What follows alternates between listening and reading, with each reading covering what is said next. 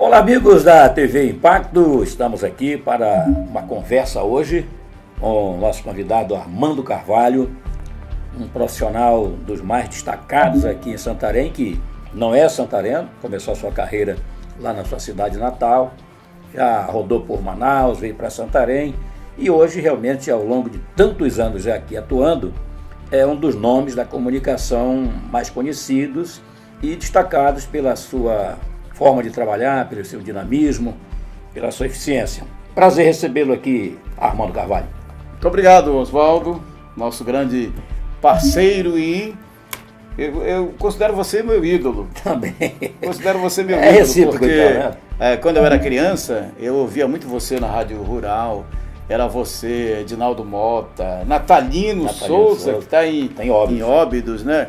Ouvia muito esse pessoal aí, principalmente do esporte, porque naquela época, como eu era narrador esportivo, eu comecei como narrador esportivo, então era Rádio Rural, era Rádio Clube do Pará, Rádio Rio Mar de Manaus e Alvorada de Parintins, onde eu comecei tudo. Certo. Bem, e o objetivo de nós convidá-lo aqui é exatamente para contar um pouco dessa sua história, sua trajetória na área da comunicação, a exemplo que já fizemos com outros colegas aqui, que com muito prazer recebemos e eles contaram também a história. E você tem uma história bonita, porque é uma história longa e começou, como você disse, como narrador, mas hoje você se destaca principalmente na questão das reportagens externas. Então vamos começar, como diria o caboclo lá do interior, como nós somos. Começar pelo começo. Vamos. Começo da carreira, Parintins, narrando o jogo como eu comecei, na beira do campo. Na beira assim. do campo. Então, como é que foi? Na Latinha. Na Latinha. Na Latinha. Eu sempre digo, Oswaldo, que eu sou um repórter e um locutor, um radialista autodidata. Eu aprendi desde pequeno ouvindo rádio, depois na rua, trabalhando como repórter. Agora, as narrações esportivas, que foi o meu primeiro trabalho como narrador esportivo, elas começaram na beira do campo. Sabe aquelas latas de leite ninho? Sim. Pegava a lata de leite ninho e ia para a beira do campo, no jogo de pelada, né, da peãozada, e aí ia narrar o jogo. Ia radiar o jogo. Ia radiar o jogo. Então eu ficava treinando ali na beira do campo e um padre viu aquilo, porque o campo de futebol era da paróquia, era dali, pertencia à igreja. Então o padre da paróquia viu, e era um padre italiano, ele já tinha alguma experiência de rádio da Itália, e ele disse: Armando, vamos melhorar esse teu serviço de alto-falante. E comprou um gravador de rolo, aqueles grandes de rolo com microfone, e a gente gravava, e ele era meu comentarista. Eu narrava o jogo, ele comentava, ele dava os pitecos lá, e aí depois a gente ia ouvir aquele trabalho que a gente tinha feito. Algumas coisas ele corrigia, porque ele sabia, ele tinha conhecimento, eu era garoto, não tinha conhecimento, ele já tinha conhecimento, tanto da língua portuguesa como também de jogos, transmissão de jogos, que ele já acompanhava na Itália. Então foi um negócio interessante, porque depois, esse mesmo padre, ele me convidou para ser o locutor da paróquia. Animal Arraial, naquele tempo o Arraial tinha show de calouros, tinha bingo, tinha desfile de meninas, então o Arraial naquele tempo era muito animado. E ele me convidou para ser o locutor da paróquia, da comunidade ali, narrando não só os eventos da paróquia, como também futebol, porque esse padre ele incentivava muito o esporte, futebol de campo, futebol de salão, vôlei, então era um negócio muito legal realmente. E passou-se o ano de 1976, eu fazendo esse trabalho para a igreja, e em 77 ele me levou para a rádio Alvorada, já como narrador oficial da rádio, transmitindo o jogo, diretamente do estádio Tupi Cantanhede, o Tupizão. Cheguei a narrar jogo, né? Narrei em 77, 78, 79. Aí fui para Manaus, convidado para ir para a Rádio Baré, que era uma rádio que naquela época tinha muita potência, diários associados do Atri Chateaubriand, então era uma coisa que estava em nível nacional, a Rádio Baré.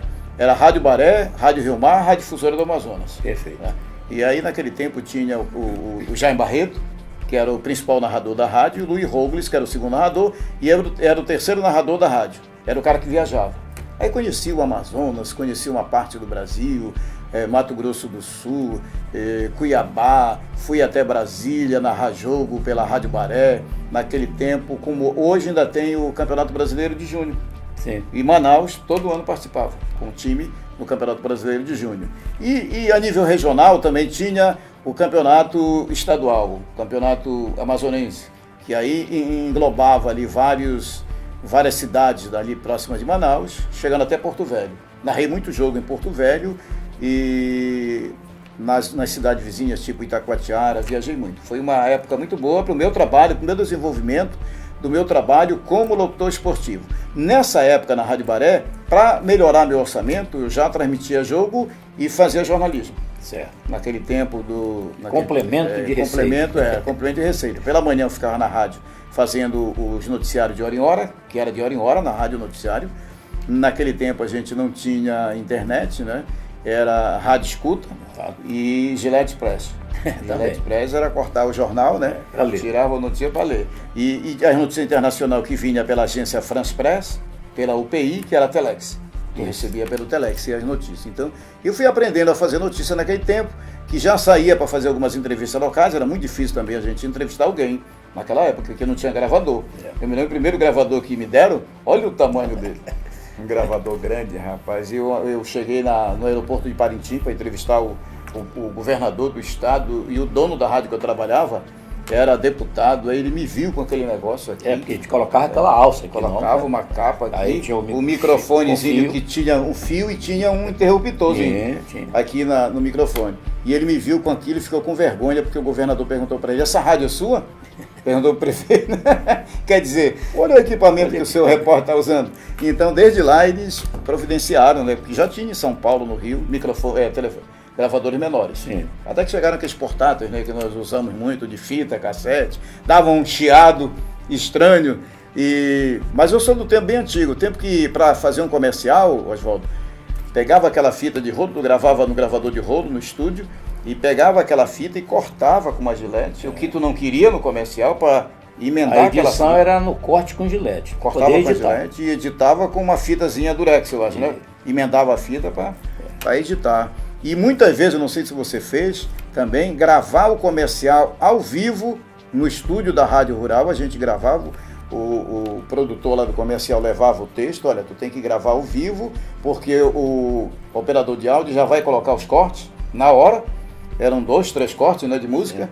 Ele já abria o microfone, tu tinha que gravar, não tinha que errar, tinha que gravar só uma vez, porque tinha que ficar gravado já, né? Depois ele comprava e montava. Depois apareceu a cartucheira, né? Que aquilo era evoluiu. Aí evoluiu. Agora, Oswaldo, uma história interessante da minha carreira foi que em 1981 eu trabalhei numa rádio FM em Manaus chamada Rádio Tropical FM. Hoje ela é Rádio Cidade. E nessa época já tinha computador. Essa rádio, em 1980, já era assim o slogan dela.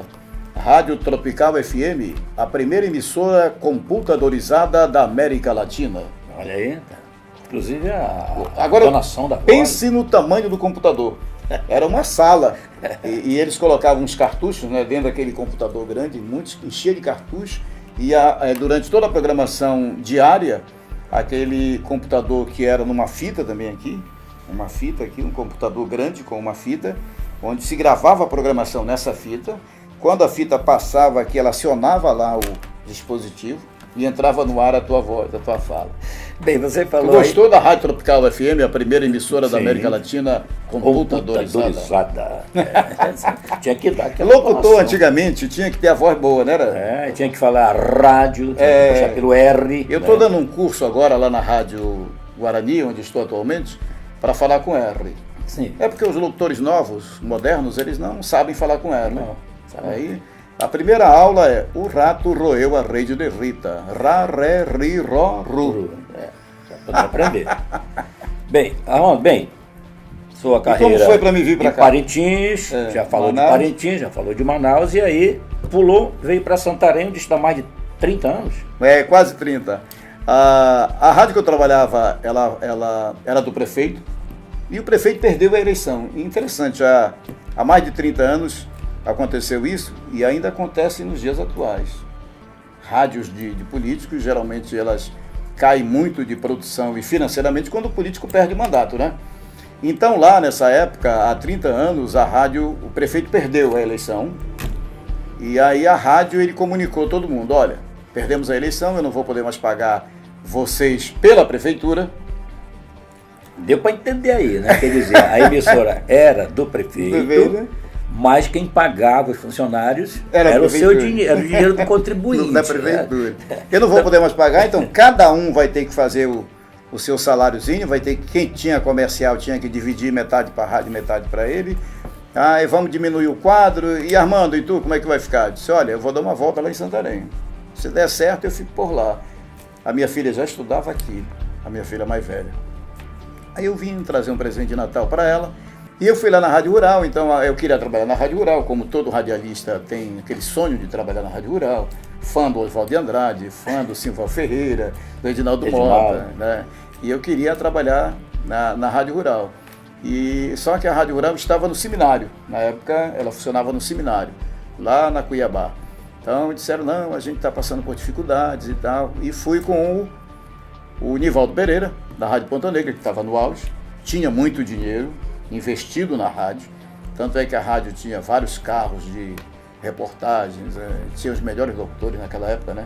Não sei se tu te lembra. Fez uma boa seleção para alavancar a rádio. Fez uma seleção de locutores bons. E Armando, vem para cá então. Aí fui para lá trabalhar, mas não demorei muito, porque a Rádio Rural se mexeu. Através do padre Valdir Serra, contratou um gerente novo também, o João Elias. Aliás, saudoso, já faleceu João Elias. Formado em administração de empresa, então me chamou para trabalhar. E fui para lá ser o narrador esportivo junto com Ivaldo Fonseca, que eu tinha conhecido na década de 80, quando vim em Santarém, participar de um curso de rádios católicas, em 1984, estava começando a carreira do Ivaldo. Narramos até um jogo juntos ali no estádio Edinaldo Barbosa, naquele puleiro que era as cabines, balançava, né? E quando brigavam, a gente ficava retido lá para cima, não podia descer. Não podia descer. Porque era só uma escada, né? Sim. E aí a briga ali embaixo, o pessoal brigando e tu lá em cima, não podia descer. Era incrível aquela. Mas era um estádio bom, porque recebia o público sábado, tinha uns jogos sábado à tarde, que o pessoal do comércio fechava o comércio e ia assistir o jogo, né? Lá no Edinaldo Barbosa. Então, foi uma época muito boa também, uma época áurea do futebol santareno, que eu ainda peguei aí um restinho, depois da inauguração do estádio Colosso Tapajós, narrando pela Rádio Rural. Você sabe que o narrador que chega na Rádio Rural é porque tem realmente uma certa capacidade, né? Perfeito. Naquela época a concorrência era muito grande, a gente tinha grandes profissionais, né? E o desejo sempre era chegar à Rádio Rural. Sim. E realmente tinha essa tradição, né? Desde Osmar Simões, né? E aí você, inclusive, na Rádio Rural, eu podia lembrar aqui um episódio fato da sua narração, podia lembrar alguma coisa de lá? Pode, aquele pitoresco, assim, alguma coisa. Aquele dia foi sensacional. Eu tinha vindo de uma praia, né, e naquele tempo ainda tomava minha cervejinha, bebia minha cervejinha fim de semana, e aí eu tinha chegado da praia e fui direto para o estádio. E naquela época tinha também uma coisa interessante na cabine. A Liga Esportiva de Santarém mandava pra gente 2 cervejas. Mandava 2 cervejas para a cabine. E aí quando eu tomei a primeira, logo misturou cerveja com uísque, que eu já tinha tomado na praia. E aí eu comecei a enxergar 2 jogadores, né? De quantas rebolas? E aí meu amigo Capi, ele disse que olha o meu relógio. Não, é o seguinte, deixa eu entrar aqui nessa história, que aí o Armando, a chamada de tempo do Armando, como é que era? Alô, torcedor! Olha o relógio! É isso? Aí nessa ocasião, depois que subiu pouco, bem. Aí, em vez de você dizer, alô, torcedor, olha o relógio, você diz, cadê o meu relógio? Você olhou, ele tinha perdido o relógio. Cadê o meu relógio? E aí, estava começando o jogo e eu teria também dado tempo de 45 minutos já. Já, né? 45 minutos rolados, vai terminar o primeiro tempo. Estava começando o primeiro tempo. E aí o Ivaldo ouviu e veio embora, que era para assumir lá o comando da Malagueta.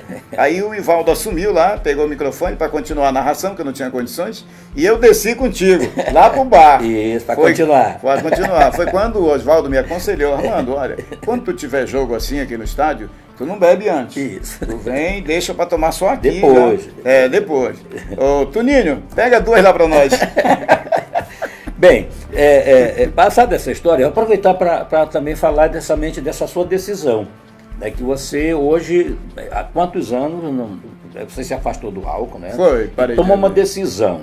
Eu vou fazer a pergunta assim, por que você tomou a decisão? É claro que a gente sabe por que mas eu quero ouvir você. Por que você tomou? E se foi necessário você mudar digamos, de estratégia, de ir para o AA, ou foi uma decisão assim, pô, eu vou parar a partir de hoje, foi assim? Foi assim, eu vou parar de beber. Eu entrei para a Rádio e TV Tapajós, na época que eu nunca tinha feito televisão, quer dizer, tinha feito em Parintins televisão, mas aquela coisa bem amadora. Eu nunca tinha feito televisão profissionalmente, então eu fui para a TV Tapajós e aí me deram lá um laboratório de uns 10 dias, olha, tu vai fazer reportagem. Primeiro, aquela coisa improvisada, tu vai tirar férias do fulano. Aí eu fui tirar férias de um repórter e vi que a televisão, ela dá muita imagem para a pessoa, né? É um veículo que expõe muito. Então, eu ficava por ali fazendo aquela reportagem, todo mundo me vendo, que antes de você radialista, você não tem muita visão do público, ele conhece mais você pela voz. Né? O locutor de rádio é conhecido mais pela voz. Já o repórter de televisão pela imagem, né? Aquilo que ele apresenta. Tanto é que eu sempre falo, olha, repórter de televisão tem que ser bonito. É verdade, mas nós quebramos essa... Quebramos esse paradigma. Quebramos.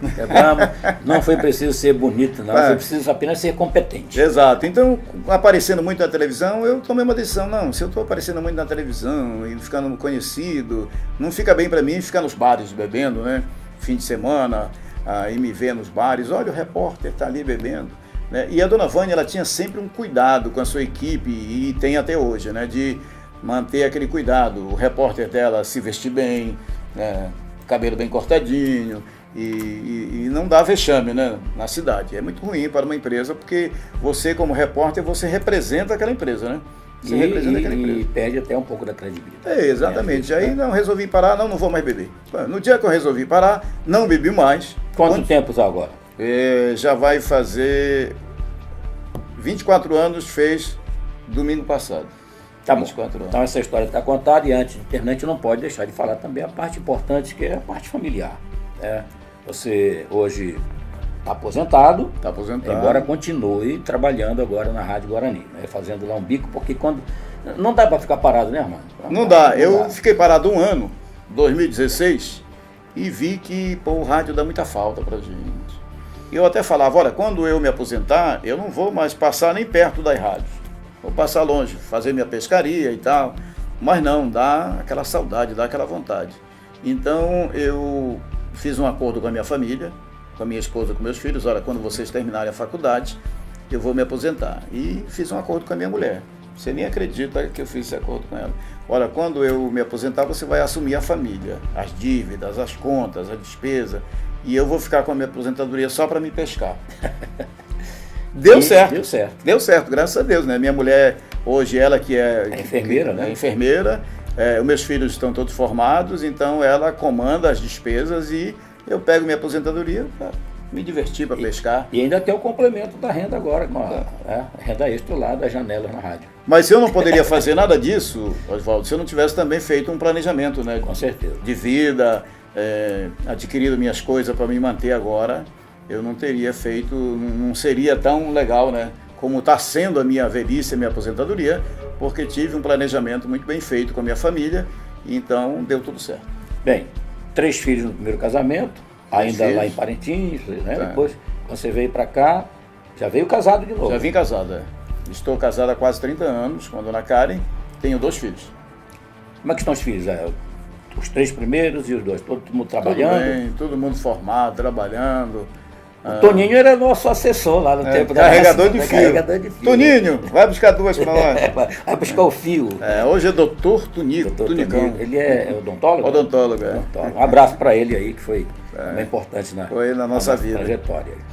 Armando, só para terminar aqui então, como é que você vê hoje essa nova geração no rádio? Está muito diferente do que quando foi no nosso tempo, né? Alta tecnologia de ponta, agora redes sociais, aí, como é que você analisa isso aí? Olha, eu vejo, Oswaldo, que hoje está mais fácil de trabalhar do que naquele nosso tempo. Eu acabei de falar que carreguei aquele gravador grande, que você tinha que gravar muitas vezes ao vivo, um comercial dentro do estúdio, não tinha transporte, você tinha muitas vezes que pegar ônibus. Telefone para dar informação era no orelhão. A gente brigava muitas vezes, repórter com repórter, para dar o resultado do vestibular, porque só tinha um orelhão. E aí tinha 3 repórteres, Ele chegava lá mais cedo, já fazia a ligação e ficava esperando aqui. Saiu o listão, alguém lá para pegar o listão, correr para mim, para me divulgar o listão aqui do vestibular. Hoje em dia não, o listão você pega tudo pela internet.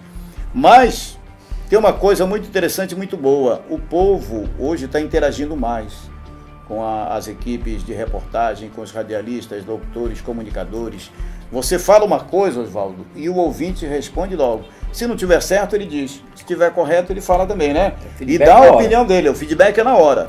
Agora, tem uma coisa que eu acho que o jovem jornalista e radialista dos nossos dias atuais, contemporâneo, ele deve ter mais autonomia. Eu sinto que eles não têm muita autonomia. Os nossos formandos das faculdades, a gente hoje leva um formando para um estúdio de rádio, ele não tem muita autonomia para falar.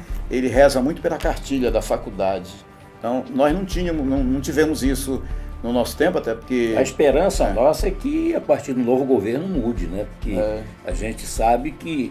Também a faculdade travou muito, né? Travou porque muito, ela participa de um sistema que vinha sendo implantado no país de maneira muito lenta e sorrateiramente, e muitas vezes o próprio profissional, ele age pensando que realmente está fazendo o correto. Por quê? Porque ele recebeu aquela orientação na faculdade. Na faculdade. Então ele vai por aí, como você diz, reza na cartilha. Exato. Então eu defendo, para encerrar, que os repórteres, jornalistas, locutores tenham mais autonomia de falar, né? De expor seu pensamento e não apenas ficar acompanhando o pensamento dos outros.